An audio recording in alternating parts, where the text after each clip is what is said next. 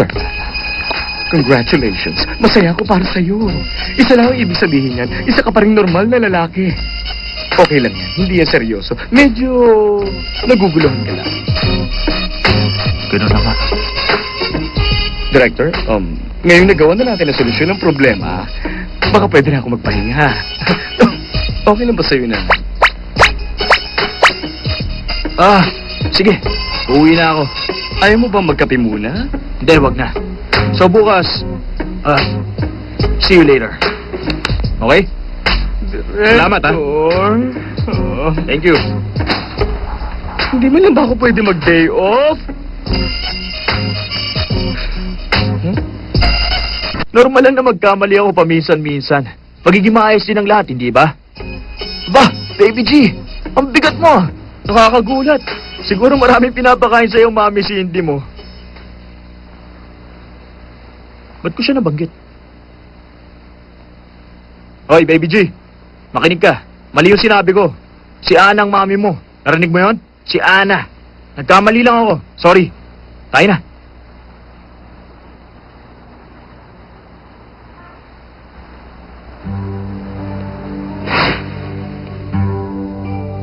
Mama! Tingnan niyo po, second place ako sa ballet competition. Second place lang? Hindi ka kasi nag-practice ng mabuti. Mag-practice ka ngayon! Narinig mo? Gusto kong maging katulad kita. Ang pinakamagaling na ballet dancer. Tapos pwede mo nang palitan ng pwesto ko sa Lincoln Center. Makikilala ka ng lahat. Ayoko ng second place lang. Ana, kung hindi mo makukuha ang first place, itatakwil kita! Itatakwil kita! Itatakwil kita! Kung hindi mo makukuha ang first place, itatakwil kita!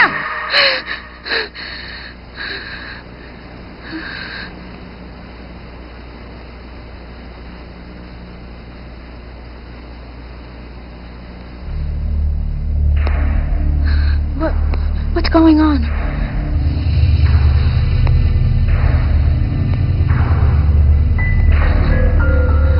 What happened to me? Have you already forgotten what happened after the last rehearsal?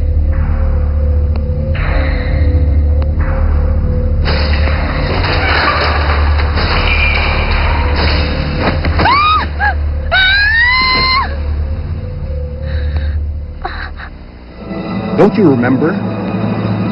You took it upon yourself. You presumed to leave without permission, to go on a date with your boyfriend. I'm sorry. I'll do better at the premiere tomorrow. No. You don't need to concern yourself anymore about the premiere. As I have predicted, time and again, a key discipline for a professional dancer is to avoid injury. Here you are, with a starring role, Odette, and look what a terrible example you set. Royal New York doesn't need a reckless Odette. I have replaced you with Tiffany. Tiffany! She set me up! She knew I was rushing to catch my plane! You gotta believe me! I will get back soon! You've sprained your ligaments. You won't be dancing for at least 6 months. Didn't you know? As for the punishment you deserve, we'll be informing you after I call a troop meeting. You're always so eager to go back to Taiwan. So go there. No! Please! I gave up everything in Taiwan to make it this far! I can't just go back! No! I'll get better! I'll be ready! I promise! Even if you didn't get hurt, you don't deserve a chance on stage. We don't want any unprofessional and irresponsible dancers.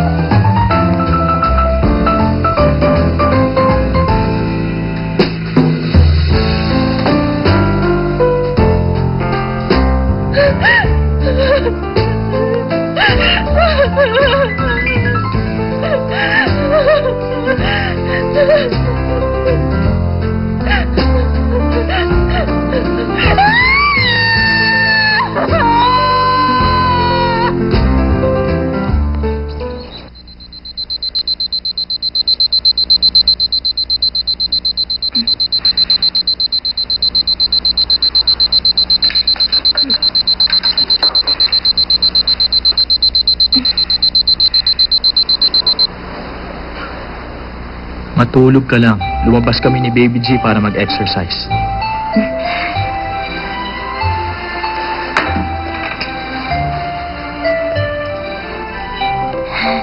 Nandito pa rin to. Ibig sabihin, hindi lang yun panaginip.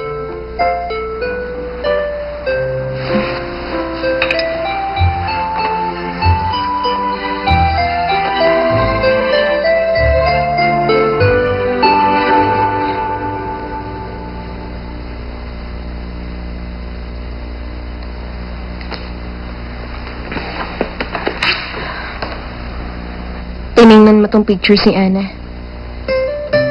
Hindi mo pa rin matanggap yung nangyari.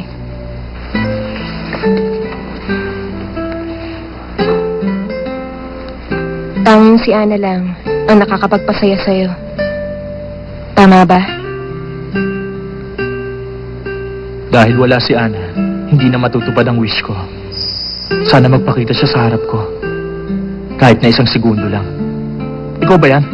Ana, gusto kong malaman mong natouch ako dahil sa ginawa mo. At para hindi ka maging hadlang sa amin ni Ana, hindi ka pwedeng ma-inlove sa akin habang kasal tayo. Kapag nagkagusto ka sa akin, tatapusin ko agad ang relasyon natin. Bakit ba umaasa pa ako? Kahapon, nakilala ko ang prince ko. Isa akong prinsesa kagabi. Tapos kumain ako ng masarap na Jangjun bun. Dapat makontento na ako. Cindy, hindi pwedeng malaman ng iba ang feelings mo para kay Steven. Mula sa araw na to, dapat gawin mong lahat para mapigilan mo ang feelings mo. Walang ibang dapat makaalam. Mula ngayon, dapat mo na siyang iwasan para makasama mo siya ng mas matagal. Kailangan magtiyaga ka, Cindy.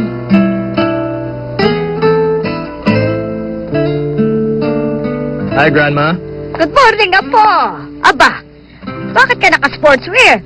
Kumising ka ba ng maaga para mag-exercise, ha?